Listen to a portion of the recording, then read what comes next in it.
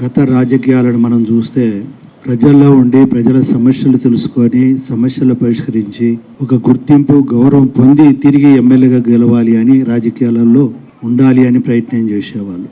కానీ బాధాకరం దురదృష్టం ఏంటంటే ఈ సమకాలిక రాజకీయాలలో చూస్తుంటే రౌడీయిజం తోటి గుండాయిజం తోటి అక్రమంగా డబ్బులు వసూలు చేసి ఎలక్షన్స్ వస్తే మళ్ళీ డబ్బులను పెంచిపెట్టి గెలిచి మళ్ళీ దోసుకుని తినే కార్యక్రమము ఈరోజు మనం చూస్తున్నాం. దానికి ఇవాళ చెప్పాలి అంటే ప్రత్యక్ష నిదర్శనంగా ఇవాళ మనకు కౌశిక్ రెడ్డి గారు హుజరాబాద్ ఎమ్మెల్యే గారు మనకు చాలా స్పష్టంగా కనబడుతున్నారు. ఒక క్వారీ యజమాని మనోజ్ రెడ్డి గారిని ఎన్నికలప్పుడు కూడా మాట్లాడితే అడిగితే ఎన్నికల డబ్బు ఖర్చు కావాలి అంటే 25 లక్షల రూపాయలు ఇవ్వడం జరిగింది.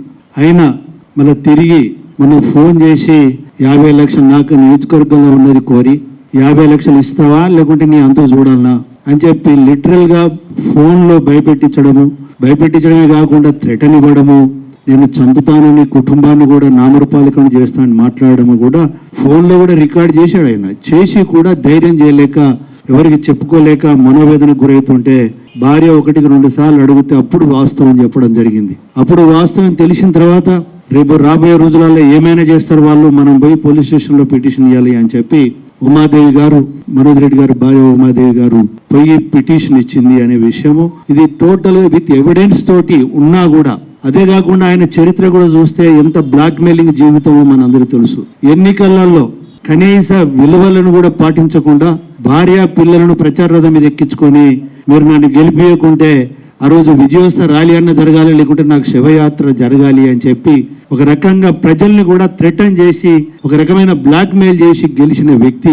అదే కాకుండా మీరు చూస్తే ఆయన ఒక నేచర్ కూడా చూస్తే దౌర్జన్యం, బ్లాక్ మెయిలింగ్, గుండాయిజం, అక్రమంగా డబ్బులు వసూలు చేయడము, దాంతో ఇవాళ ఎక్కడికి పోయినా కూడా ఆయనకి ఏదో ఒక హీరోజంగా ఒక గుర్తింపు వచ్చినట్టుగా ఫీల్ కావడం. అలాంటి వ్యక్తిని ఇవాళ చట్టపరంగా విత్ ఎవిడెన్స్ తోటి రికార్డెడ్ ఎవిడెన్స్ తోటి చట్టపరంగా చర్యలు తీసుకుంటుంటే మరి కేసీఆర్ గారు కానీ కేసీఆర్ కుటుంబం కానీ మందలిచ్చేది పోయింది. ఇంకా ఆయనకు మద్దతుగా అందరినీ మీరు పోండి, కోర్టు ముందు ధర్నాలు చేయండి, కోర్టు ముందు మాట్లాడండి, ప్రెస్సులతో చెప్పండి, కాంగ్రెస్ నాయకుల యొక్క లేనిపోని సృష్టించి వాళ్ళ మీద బురద జల్లండి, బురద జల్లడం ద్వారా మనం బయటపడవచ్చు, ప్రజల్ని మబ్బపుచ్చే ప్రయత్నం ఏదైతే చేస్తున్నాడో ఇది సరైన పద్ధతి కాదు. ఇవాళ గౌరవ ముఖ్యమంత్రి రేవంత్ రెడ్డి గారు చాలా స్పష్టంగా చెప్తున్నారు. మొన్న ఢిల్లీలో కూడా చాలా స్పష్టంగా చెప్పిండు, కక్ష సాధింపు రాజకీయాలు అనేది మాకు అవసరం లేదు. కానీ ప్రజల ఆస్తులను దోసుకు తిన్న వాళ్ళను కానీ లేదా ప్రజలకు నష్టం చేసే వాళ్ళు కానీ లేక రౌడీయిజం గుండాయిజం చేసిన వాళ్ళని మాత్రము చట్టం చూసుకుంటుంది, చట్టం తన పని తాను చేసుకుంటూ పోతుంది అని చెప్పి చాలా స్పష్టంగా చెప్పిన విషయాన్ని కూడా ఈ సందర్భంగా మేము ముందు పెడుతున్నాను.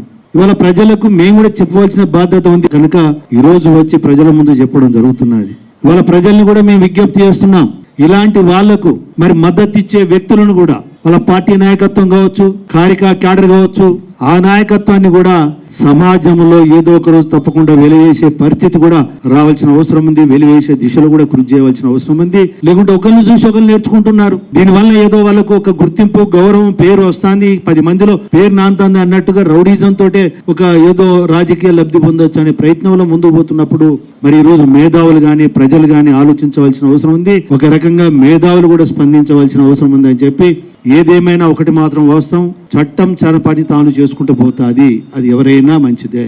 వాళ్ళ ప్రజలకు రక్షణ కల్పించేది చట్టమే. అలాంటి చట్టాన్ని ఆశ్రయించిన వాళ్ళు కూడా ఒక సాక్ష్యాధారాలతోటే కేసు పెట్టి ఈరోజు తీసుకుపోతే మరి టీఆర్ఎస్ నాయకత్వం కూడా పునరాలోచించవలసిన అవసరం ఉంది. ఎందుకంటే రేపు చంద్రశేఖరరావు కుటుంబం కూడా ఎందుకు చేస్తుంది అని అంటే రాబోయే రోజులలో వాళ్ళ బతుకులు కూడా జైలు బతుకులు అయ్యే పరిస్థితి వస్తుంది. వాళ్ళ టెలిఫోన్ ట్యాపింగ్ కావచ్చు, ఇంకా ఇతర అక్రమ సంపాదన సంబంధించి కావచ్చు, మరి చట్టం కూడా తన పని తానుగా విత్ ఎవిడెన్స్ తోటి ప్రజల ముందు పెట్టబోతుంది, కోర్టు ముందు పెట్టబోతుంది, చట్ట ప్రకారంగా శిక్షించబోతుందని ఒక భయంతో ఇప్పటిండే ఇటువంటి వాటికి కూడా రోడ్ల మీదకి వచ్చి ప్రజలను మభ్యపుచ్చి ప్రజల మద్దతు పొందాలని ప్రయత్నం చేస్తున్నారు. తెలంగాణ ప్రజలు చాలా విజ్ఞానవంతులు, వివేకవంతులు. తప్పకుండా సందర్భాలను బట్టి కర్రు కాల్చి వాత పెట్టడం ఖాయం. ఇంతకుముందే వాత పెట్టారు, మళ్ళీ ఎప్పుడు వచ్చినా కూడా ఇంకా ఎక్కువనే వాతలు పెట్టి జీవితంలో మళ్ళా రాజకీయాలలో కూడా వాళ్ళకి అవకాశం లేని పరిస్థితి రేపు రాబోయే రోజుల్లో కలిపిపోతున్నారని చెప్పి తెలియజేసుకుంటూ సెలవు తీసుకుంటున్నాను.